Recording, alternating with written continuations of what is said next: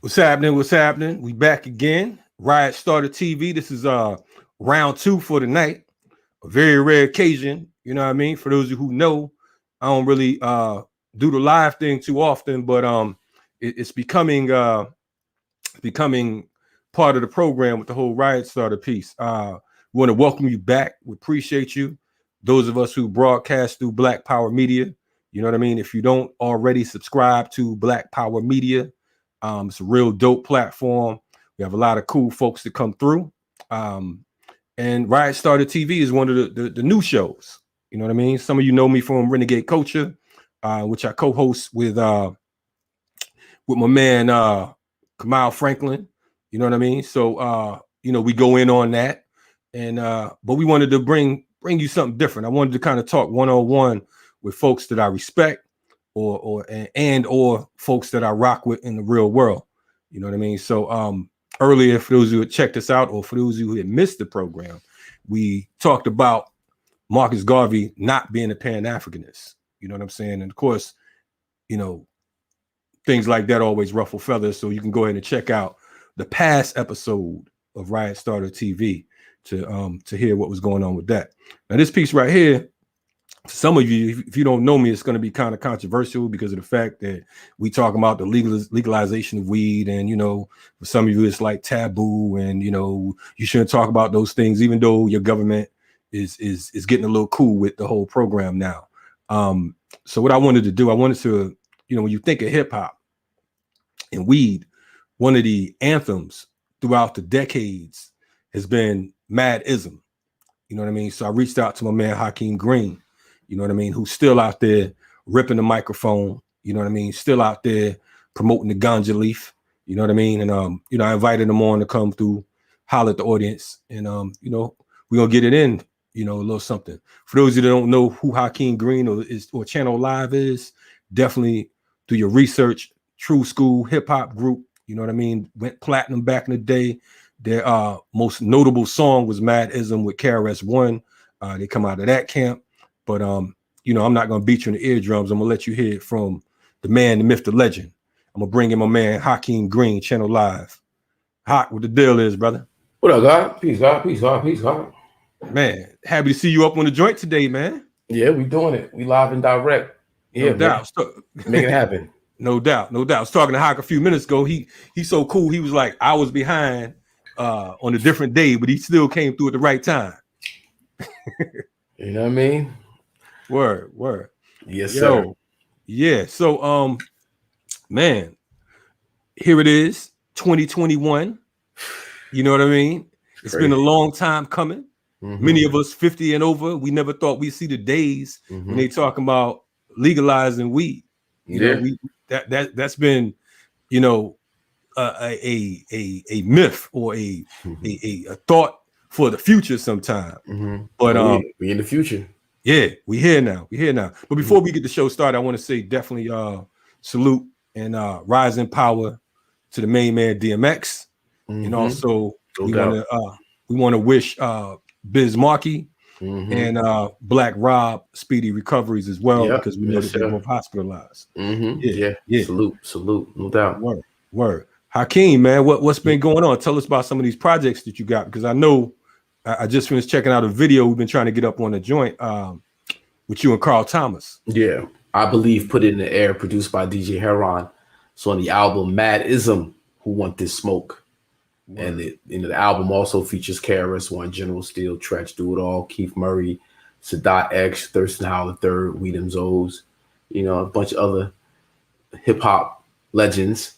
And just trying to represent that cannabis culture the way hip hop does it. Hip Madism was kind of the door opener for all this stuff. We didn't know 26 years ago now that it was going to be, the national gold rush that it's become. Yes. But hip hop made it all possible. 26 years ago. Yeah. Hip hop set the tone. Hip hop said crack is whack. Hip hop said that cannabis is our, recreational. I don't even like the word drug. You know what I mean? Because weed is not a drug; it's an herb. You know what I mean? So, just put it there like that. And So yeah, it's about time.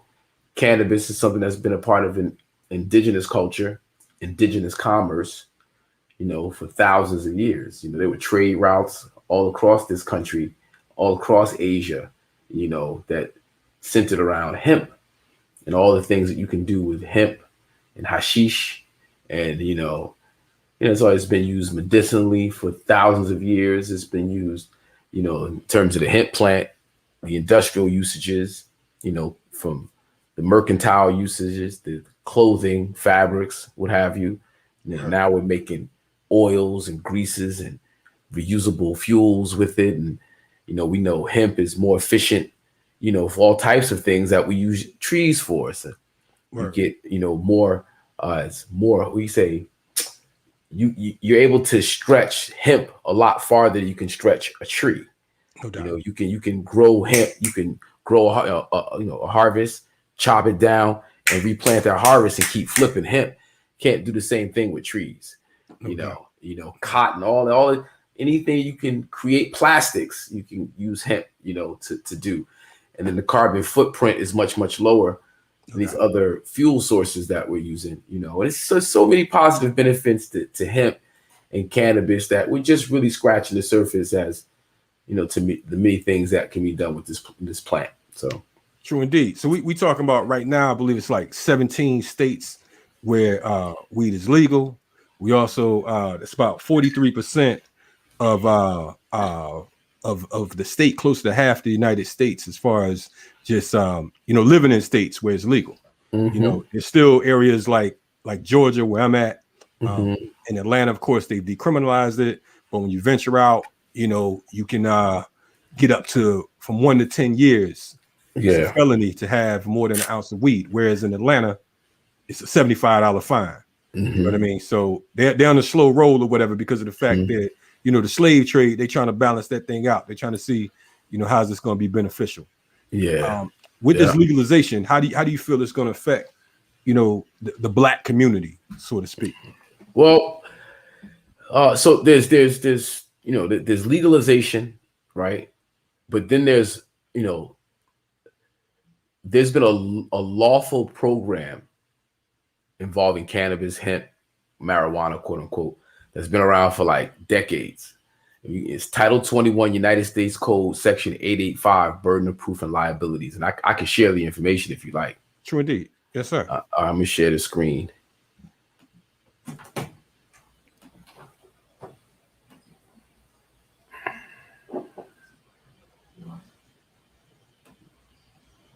Okay, let me do this the right way. Hakim's a tech expert as well, as I can see. No, don't get me lying.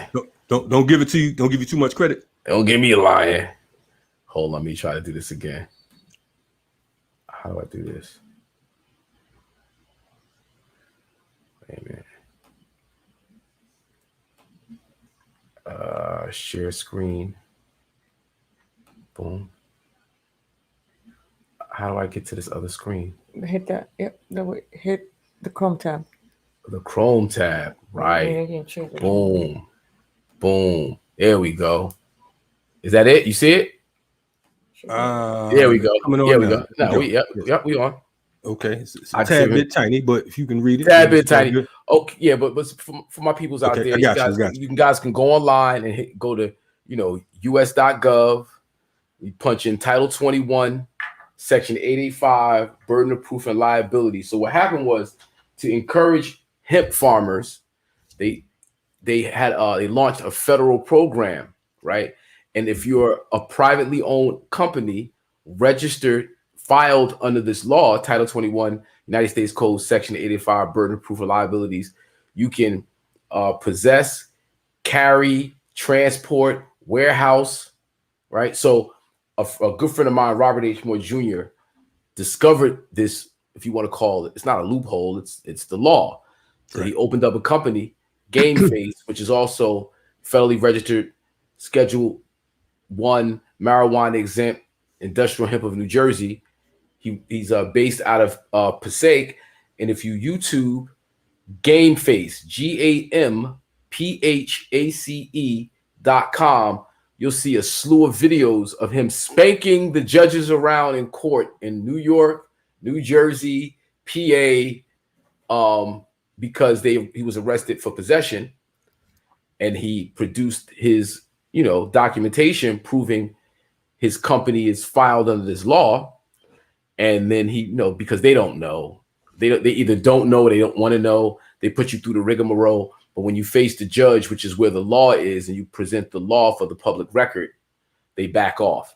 And you're going to see on YouTube, he snuck a camera in court and had it documented, his battle with the courts using this federal law.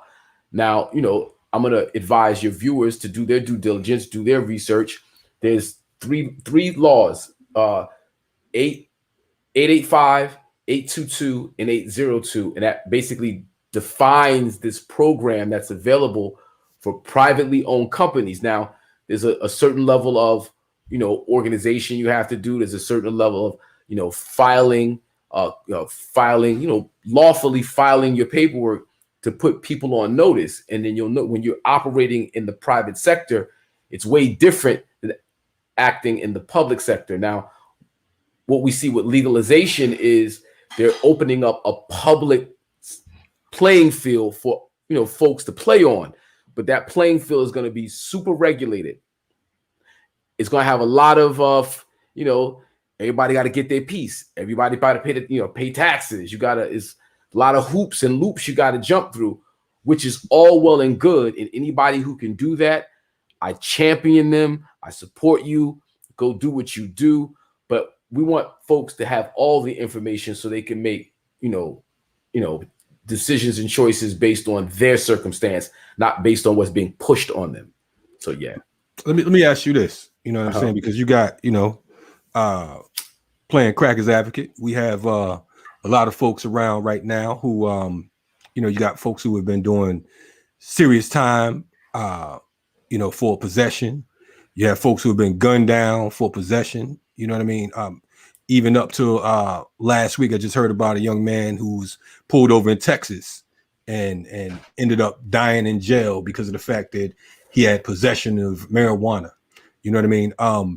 How does these new laws and when you talk about ownership, how does that work for my man Joe on the block? How does that work for little Hakim in Brownsville?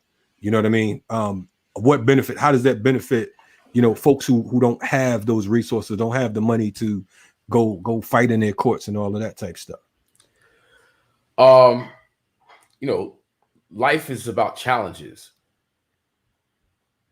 Like there's always going to be challenges. There's always going to be opposition, because how do you grow if there's no resistance, right? Okay. There is no do this, do that, do the third. I'm not going to come at people like that. What I'm going to say is that there's a process in where you document your lawful and legal right to do something, right? That's not going to make the cop not racist. That's not going to make the cop not ignorant. That's not going to make that. But you have to know where your battles are and who you should be battling and where the fight is actually fought, right? That doesn't mean you're always going to win every battle. But when you stand on principle, you stand on the law, you stand on what's right. You just know you got to keep fighting because you're fighting the good fight, right? We know so many examples. We have so many examples of people who fought the good fight on not just with cannabis, but whatever, with police brutality, education. That doesn't mean just because it's the good fight, people gonna go, okay, yeah, you're right. I'm not saying that. I'm not saying that, little Jamal is in the neighborhood puffing weed. The cop that whatever has a chip on the shoulder is not gonna give Jamal the runaround, but Jamal has to stand on principle, right? And confidence is built by knowledge and knowing what you're doing, right? So as you get the information and you get the knowledge and you concretely establish who you are in reference to whatever you're doing, the opposition is the opposition. All you can do is what you do. You give them your credentials and then you move to the next level. And as you move further in the court of law, as long as you're lawfully operating, you shouldn't. I mean, you always got problems, especially when you make, especially as you make money, more problems. But you know what I'm talking about. You got, you know, there's no do this and nobody can touch you. I'm not saying that. Right. I'm saying that do your due diligence, establish, you know, who you are, your company, who your company is, put everybody on notice. Because when you have a contract, you have a contract. So if I could produce a contract that says, hey, listen, this is how I operate in the state. Here's the law. So I have paperwork in the closet. It's behind here, so I can't even get to it. I wanted to pull out the paperwork, but I figure I'd take you right to the government website, right, so people could see it for themselves. See what they're talking about. In the paperwork, you know, it's notarized. It's, you know, people's signatures. You got government officials who signed on and said, no, this is how it's okay for us to operate like this. Like, so I have a friend, True Master, who was accused of rape. Whole nother story. He was set up, pleaded innocent. This is in New York City. Ended up beating it. Homegirl was found out to be a lie. Was a whole big whatever. So in one of his trial cases, I went to go see the brother, give him my support. I had an A for weed on me. This is 2014 or 15 in New York City, 100 Center Street, going to court. Set off the alarm. They checked me. They found my weed. They arrest me, bring me back, write me out of summons to come back. Come back on my court date. I go to the clerk, who's also a police officer, to get my, you know, my court actually scheduled. So I get there. I show him the accusatory instrument, the ticket that was written at the time of the arrest. And he looks at it and he goes, "You got arrested in court? You're stupid. You're an idiot. Should I have an officer come frisk you right now? Do you have weed on you now? You're an idiot. You're stupid." I'm laughing along, playing along. I say, listen, just for the record, I want to, you know, put my status as a member of Game Face, federally registered Schedule 1 marijuana exempt industrial hemp of New Jersey, filed under law 885-802-822. He looks at me, goes, "Who told you that? They lied to you. That law was revoked." That law was revoked. So there is a law that says so-and-so. Consider today your lucky day. I'm throwing this out. Threw everything out. I have to go see the judge because he knew that I was right. He couldn't let everybody else know that I was right. And was released on my own recognizance. No issues. So if you look up Game Face and you just go through the library on YouTube, you'll see a lot of these videos of Rob, myself, and others who've had the same experiences across the country and how they just presented their relationship to this privately owned company who has a contract with the state of New Jersey and the federal government to operate in cannabis and hemp. We can possess, transport, warehouse, et cetera, et cetera, et cetera. All right. Let me ask you this right now in the hip hop community. There's been a lot of talk of different artists getting involved and investing in dispensaries and so on and so forth. You know anything about that? I mean, is there any truth to that? I mean, I haven't been following a lot of these, you know. Yeah. So the like the dispensary, in order to get a dispensary, you have to have a lot of paper in the bank. Right. When you go through the legal process, there's a lot of hoops you have to jump through, right? And they're just not letting anybody do that. It's almost, if you think about like a liquor license, there are only so many licenses given out over the course of so many years or a year per year, right? So you have to bid for those liquor licenses. And you can see where there's so many levels where corruption can take place, right?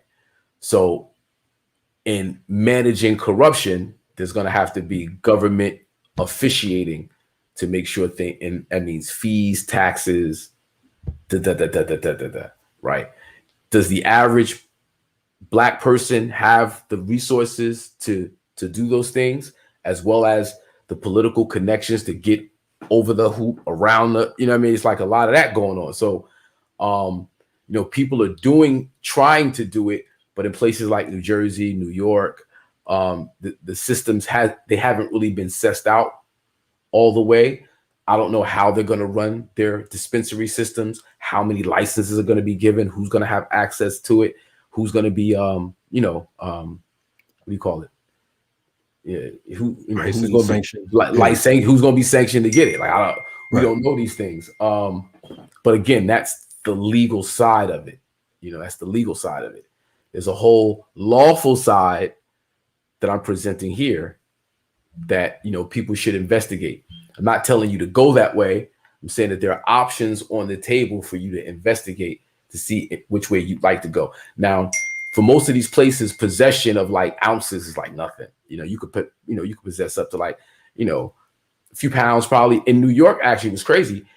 New York, up until they just, passed the legalization law, you could have up to 8 pounds in New York as a misdemeanor offense.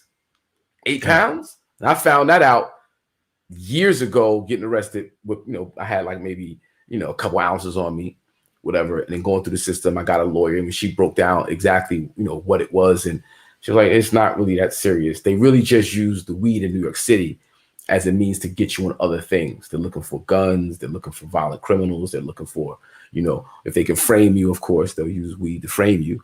But weed itself, possession itself in New York City really wasn't ever a big crime, which is interesting. I thought it was always like, a big deal. And then going through the system, it was like, nah, anything under 8 pounds was a misdemeanor. Word. Let me ask you this. I mean, right now we're seeing this influx of legalization, right?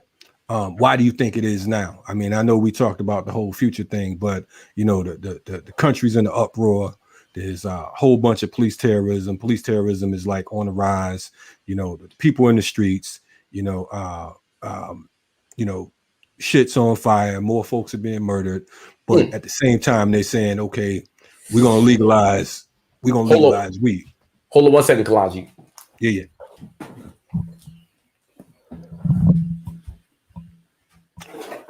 Checking out RIOT STARTER TV. If you got questions, put them in the box. We live with Hakim Green, channel live. We talking about the legalization of marijuana or legalization of the ganja leaf. You know what I mean? And we talking hip hop. Yeah, I had to plug up. I noticed my frame was freezing up. Yeah. Okay. And I was like, I didn't plug the computer up. I was slacking. I appreciate that. My bad. Okay. So don't do us like that. That signal. So what happened was hip hop happened. Madism happened. All we do is spark madism happened. Hip hop became the pop culture. Hip hop became the cultural standard of not just America, but the rest of the world. And we said we smoke weed because we smoke weed. White people smoke weed because white people do what black people do. Don't make a difference what it is. Give them time. White people gonna follow what we follow. So now all the white people was like, yeah, we smoke weed too. And now it's you got lawyers, doctors, judges, you got all type folks is weed smokers. So then the studies, the science, the medicinal uses, when we look at pain management, pain treatment, marijuana, we don't like to use that word because it's a racialized term, created to stigmatize black and brown people. So we really want to stay away from that word, but we know what it is. Cannabis, cannabis hemp, it's powerful, it's industrious, it's a lot of money. So I think, Wall Street is sitting back, pharmaceuticals are sitting back going, okay, people don't want to smoke cigarettes anymore. People want to smoke weed. So we have to figure out how to corner the market so we get ours. Because you know what the government say, I don't care if, what you say, what's this line from, I think it was The Godfather or was it Goodfellas or something? I don't care if it's a dime bag going there, I want in. That's the government. That's the government. So it's like, that's what, okay, there's a big push for, big push against the prison industrial complex. And over the last, I'd say 20, 25 years, I think organizers like yourself around the country have done a tremendous job in calling the government to task in their unfair treatment of black and brown people in terms of locking us up. Right. Okay. Right. So, all right, in all fairness, we got to ease up on the brothers. How are we going to get this money? Well, they like to smoke weed, right? So let's tax them on the weed. Let's figure out how we can legalize this thing and, get our piece. So that's why we're at where we're at right now. Right. But I say it's hip hop. Hip hop said, this is what we do. Matter of fact, we got this joint called What is Madism, right? KRS's verse goes, mad means a lot. Is it means pot? We gonna keep it moving means we won't ever stop. Mary Jane, reefer, weed, ganja, cannabis sativa turns from marijuana. Smoked by the earliest man with no problem. Smoked by the lawyers and judges, yes, your honor. Smoked by the Hindus and ancient Dalai Lamas. Smoked by the popes and early church fathers. Before the crack got him, before the crack gets him. Herb was the word, your man, you laugh with him. Spark madism and got glad with him. Then in 85, bam, the crack hit him. Whole neighborhoods, damn, that did him. The worst that got hit for real was black women. So the split from the joint, the people got back with them. It was madism versus crackism. The crackism lost the war to black wisdom. When the black wisdom returned to burn the ism, black men and women were living in mad prisons. So when it comes to legalization, what's your position? Okay. That's what is madism. All right. Mad means a lot. Ism means pot. Word. Well, check it. Since you did that crossover, like we was planning on doing, I want to go into hip hop. We want to go back. Want to rewind this thing a little bit. We want to talk about your history in hip hop. You know what I mean? How did Channel Live link up with KRS One? How did this thing happen? You know what I'm saying? Because of the fact that all we know is that one day we're looking on a TV set. And the video was going on, and it was a young Hakim with locks. You know what I mean?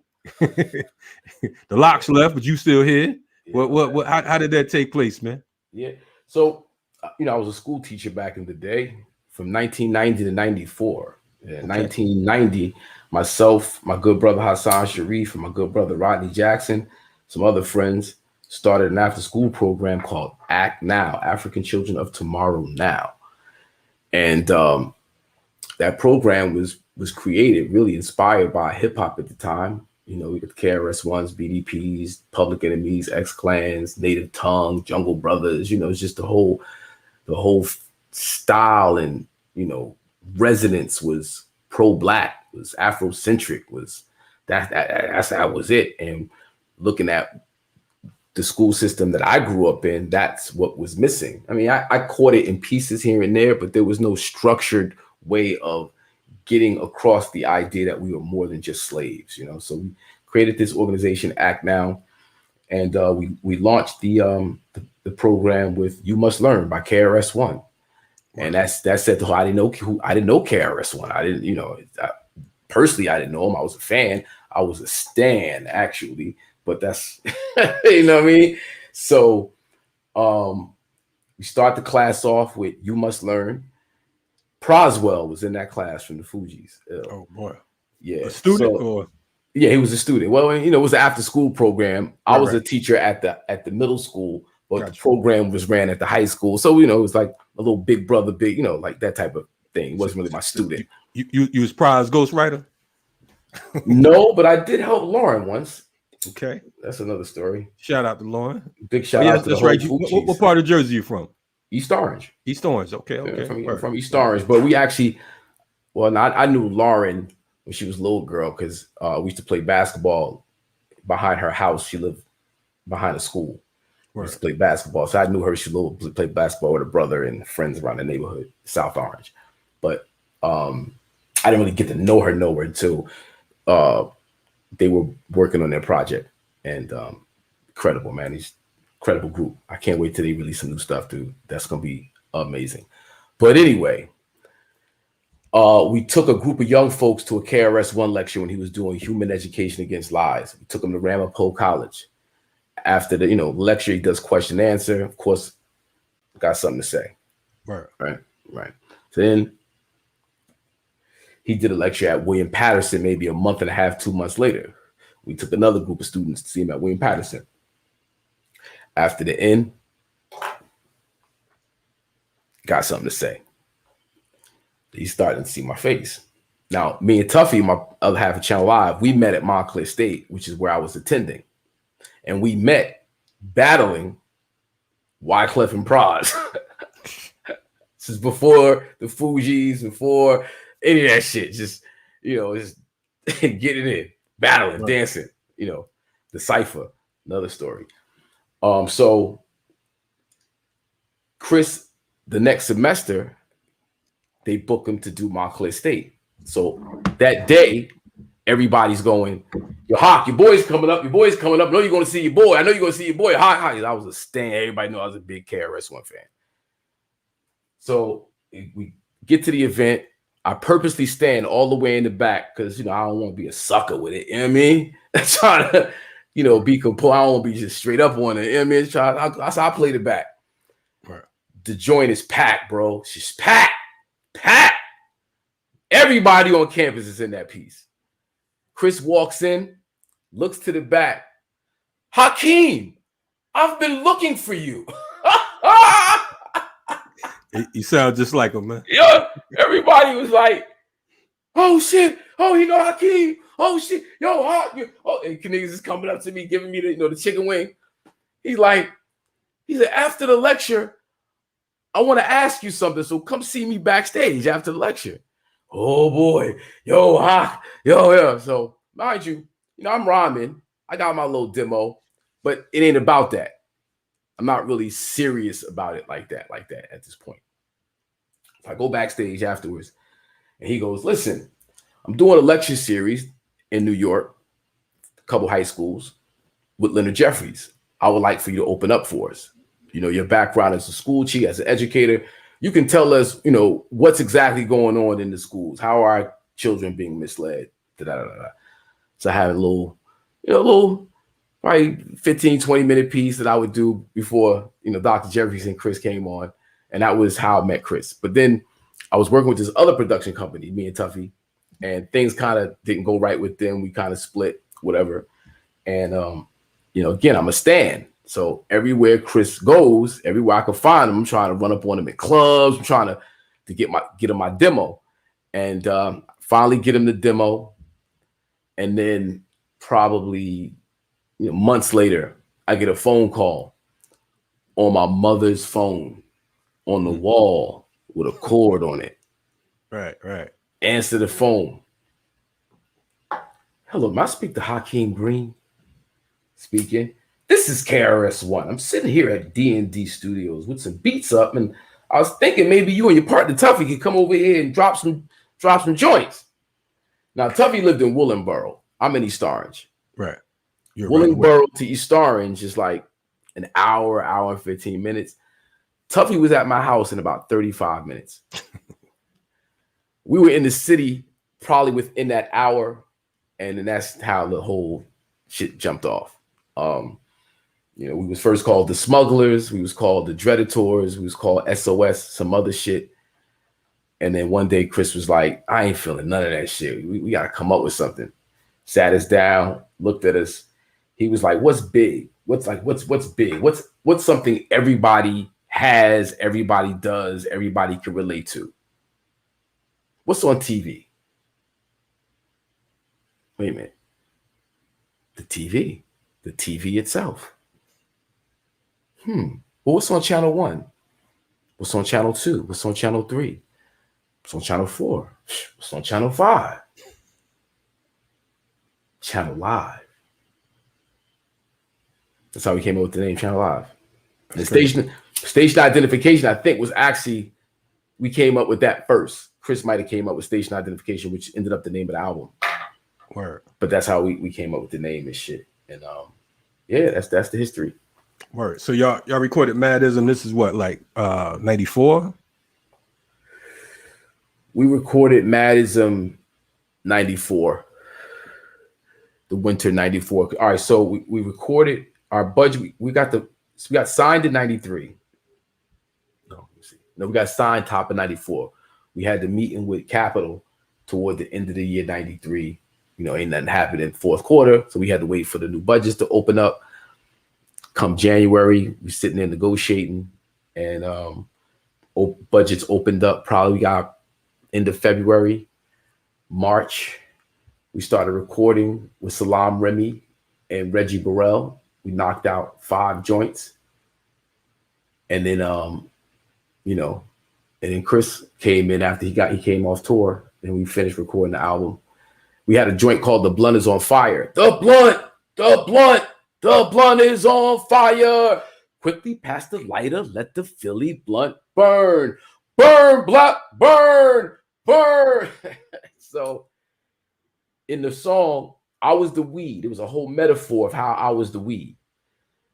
Tuffy was the blunt, a whole metaphor. How I split your back, I dumped the guts like I dumped these whack rappers. Just the whole, I'll rap you around. Just the whole shit was, And then third verse is, when you smoke it. I had 8 bars, he had 8 bars. But Chris was like, y'all gonna go over niggas' heads with this shit. Y'all too educated. Too many syllables, too many metaphors, too much. You're going over niggas' heads. Y'all need to dumb it down. Y'all need to be busting y'all gun, smoking blunts, and fucking bitches. That's what he said. This was the teacher? So now there's a science behind it. Okay. He goes, listen, as KRS One, knowledge reigns supreme over nearly everyone. Yeah, I want all that. Yes. You guys are supremely talented lyrically. Yes. As Lawrence Parker, your manager, we got to sell records. So what's going on right now? What are people talking about? So when he got into the game, he was, it was knowledge reigns supreme. Krishna, he's in libraries every day. Scott was like, yo, you going over people's heads with that. People don't want to hear that. You got to reach people where they are. Bend down, pick them up. And stand up. You got to touch people. If you want to talk to the people, you got to go reach the people where they at. Now, there's just certain things I can't do because it's just not me. So we drew a line, and that's not who we were. But Madism was us trying to balance that. Madism was actually the dumbed down version of another record. Right? Wake up in the morning, got the yearning for herb was halfway down my verse. I wrote it purposely trying to be corny. Like, we wrote this song like on some joke shit. Like, oh, we gonna say this. Chris is gonna tell us to get out the booth. So I start spitting my rhyme. I get to wake up in the morning, got the yearning for herb. Chris turns the shit off. Click. Nigga, you bugging. That shit is hot. You need to start your rhyme like that. Now, I missed something. The lesson that Chris learned from Scott LaRock manifested at Jive later when Too Short, E40, and other groups that Jive had signed with more of a national appeal. Chris got pushed to the corner. Jive was like, we're not really doing that. So Chris is thinking, how can I come back? I need to be street. I need to touch down, because if I go over people's heads, I'm not going to have a career in this. So that was the jewel. We balanced it on Madism, but you see coming back over people's heads. Got to touch down where people at and then pick them up. And that's the hard. You mean too many people get down there and you get stuck. Arthritis set in, you be like, I can't get back up. He's stuck down with these. Got to pick them up. Yeah.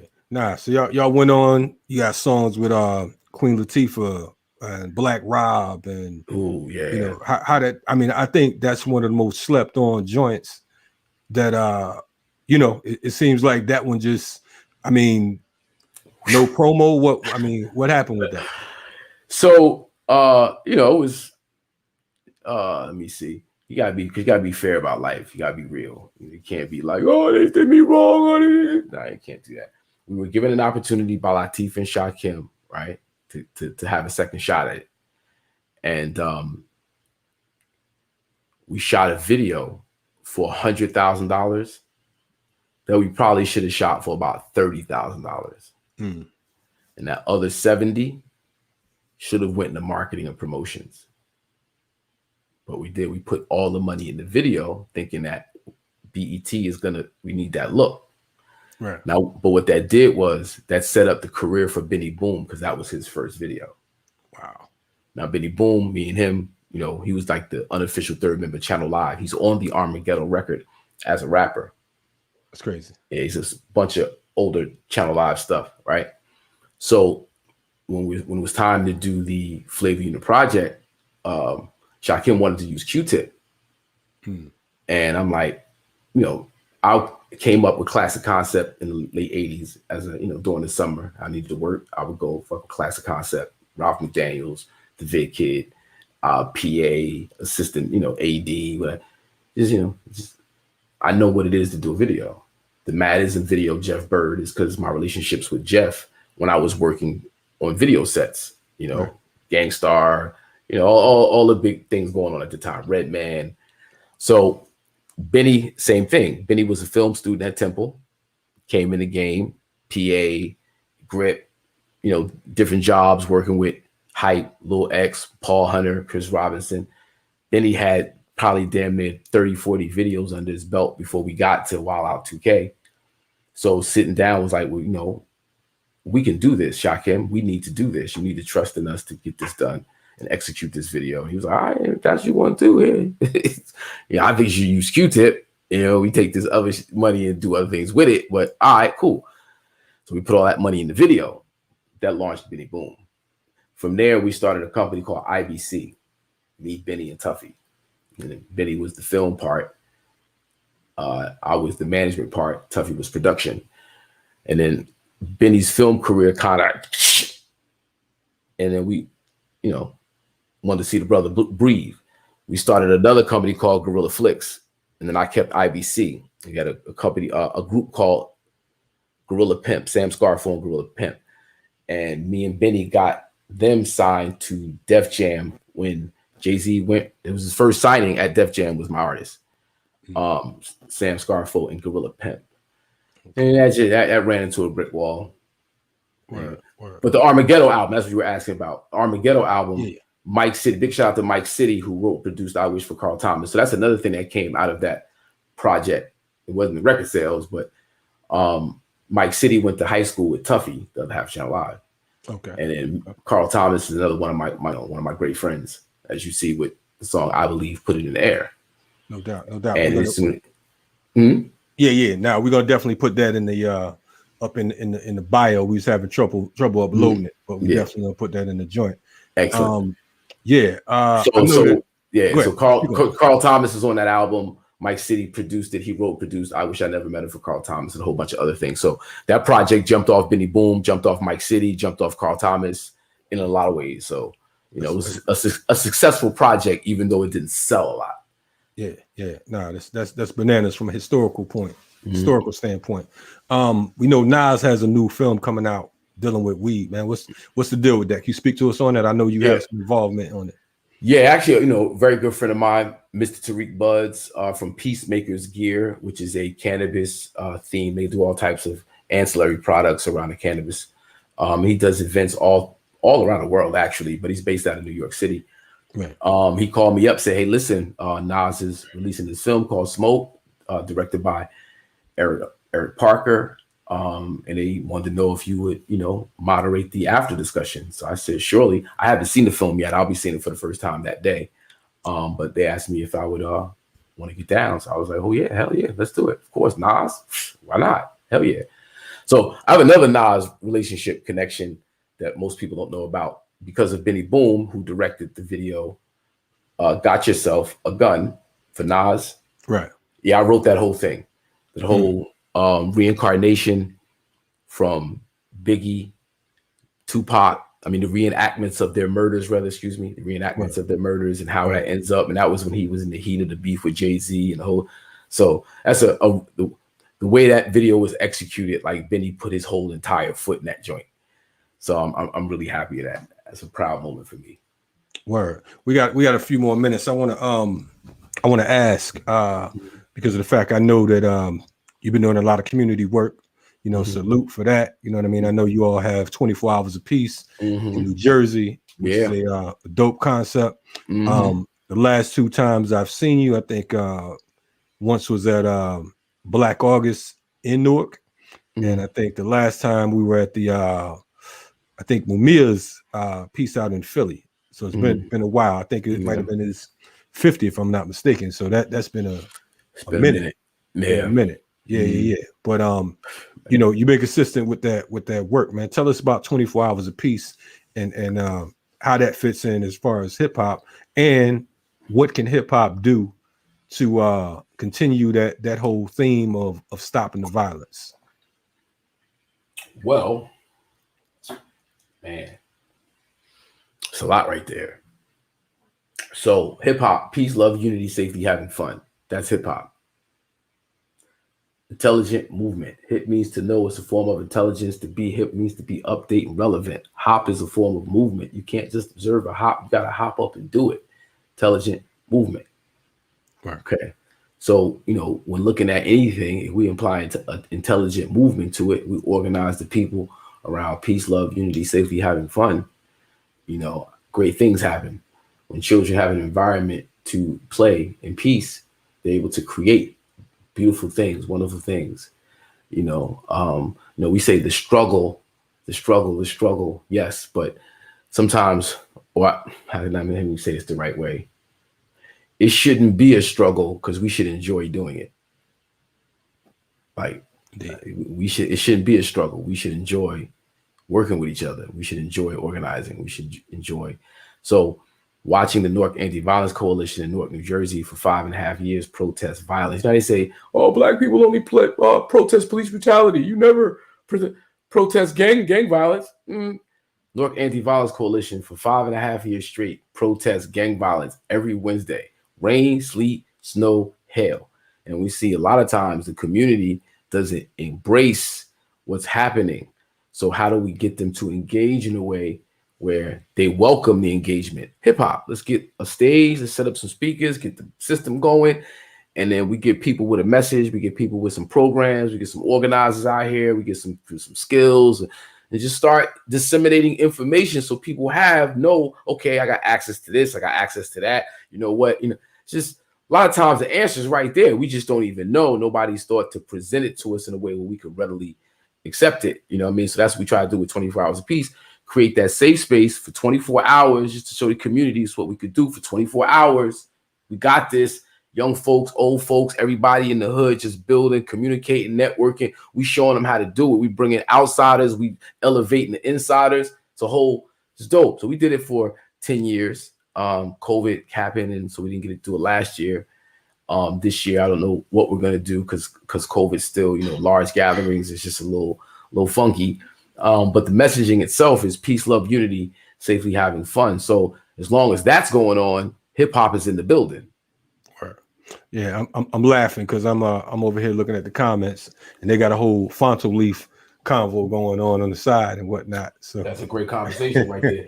Fronto leaves give me headaches, but I know it's natural. So for the folks out there to do their thing, I must puff this blunt. You know what I mean? Yeah, that chest moves too. But anyway, what are some of the things you're going on? What's the latest projects before we wrap up? Yeah, I got this project called Aubrey that drops probably in July, but the single with KRS called The Cypher, produced by Ron Lawrence. Actually, the entire album is produced by Ron Lawrence from the Hitmen. He produced Hypnotized for Biggie. He did Where I'm From for Jay-Z. He's one of the Hitmen. He's got Grammy Award winning. He's coming with that heat. It's a tribute. The album itself is a tribute to 70s and 80s hip hop. So the themes, sounds, concepts, song titles is, reflective of when hip hop hit, what was really going on. There's a lot of confusion as to what real hip hop actually is. I like to break this down for people so people know exactly what hip hop is. First, let's say Black culture is everything that exists. We know that. Okay. In the 70s, actually late 60s, going into the 70s, something changed. there was a culture created around break beats, dancing to the break beat of the song. Wasn't about DJs. Wasn't about park jams. It wasn't about we was doing a park jam too. We had park jams too. Yeah, everybody had park jams. The New York didn't invent the park jam. They didn't invent the DJ. They didn't invent none of that, right? But what was special was there was these young people who were dancing to the break part of the song. They had a whole culture around breaking, around the break part of the song. Now you in a park and black people doing what black people do. And then here come these kids coming messing up the party with that hippity hop stuff. That's how hip hop got started. Hip hop itself is a derogatory term. It's get that hippity hop stuff out of here. The B-boys was the boyoings. They come in here, I'm trying to get with my lady, and here they come with this circle, with this cipher. And then that generation had their own style, their own fashion, their own lingo, their own way of, and then it grew out. From the cultural standpoint, we always been rapping. New York didn't invent rapping. Rapping is as ancient as the African griots thousands of years ago. New York didn't invent rapping. New York didn't invent graffiti. New York didn't invent the park jam. New York didn't invent black culture. What was special about New York is dancing to the break beat, spinning the break beat back, keeping the break going, then rhyming on the break. That's how the culture. So that's what we're trying to get y'all on this album called Aubrey, which is my middle name. Okay. Right. Word up. Yo, man, definitely appreciate you coming through. Salute. I mean, I'm feeling, I'm over here smoke free and you burning. I'm feeling like, you know what I mean? I can't even get a contact. But can I spit a rhyme though? Man, listen, if you don't, I'm gonna be highly upset. I'm an old school head with old school ways. On the straight and narrow, I don't go two ways. I don't know how y'all do it, but we stay right and exact, like a square with a compass, spit it right with the facts. I'm the glare when the sun passes, light in my raps. Don't even stare or be a dumbass. It's light when I clap. You don't want the applause and we don't need the feedback. What goes around comes around. They not passing weed back. Ask Pooh Bah who the master of the ceremony. Stay getting checks off the ism like alimony. Name always stay on the wire like a pair of ponies. Flame always stay on the fire with a tenderoni. It's Hakim Green. You can call me Hot Money. Always got green. Life always sunny. Save the drama for a thespian. I stay sleeping on my gun like the Mexican. I'm just an old school head over boom bap beats. If my shit sound dated, I love that boom bap heat. Sounded like the 80s, smoke like bamboo sheets. Trade bags of haze on the Cancun beach.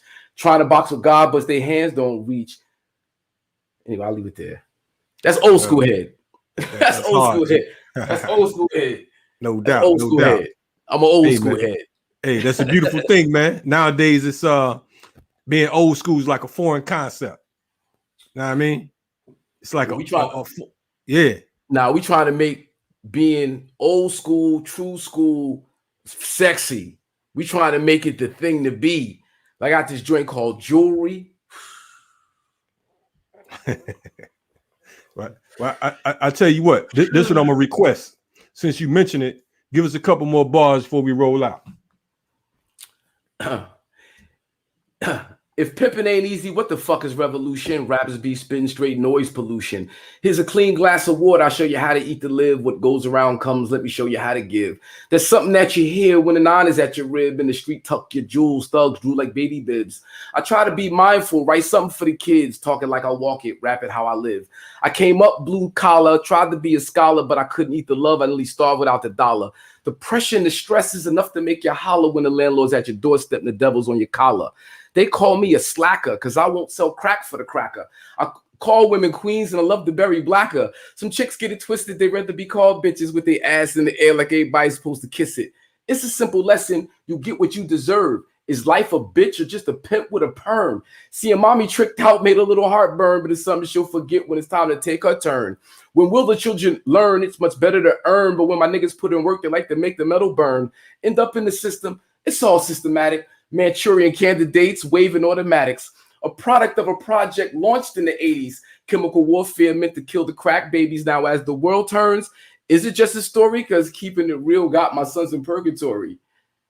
Yo, Hakim Green in the building, channel live. Fuck what you heard. You heard it here, Riot Starter TV. You know, woke me the fuck up. I'm ready to rumble right now. You know what I mean? I might go smoke me a spliff or burn me something quite awful. Uncle Ness in the house. Shout out Jared Ball. You know what we do around these parts. Get that loud, that loud. Yes, yes, yes. Oh, sorry, social media. I'm offended some of y'all, but it's too bad. But anyway, social media. At Hakim Green, HAKIMGREEN, at madism.info. And the website is www.madism.info. Give it to him one more time, G.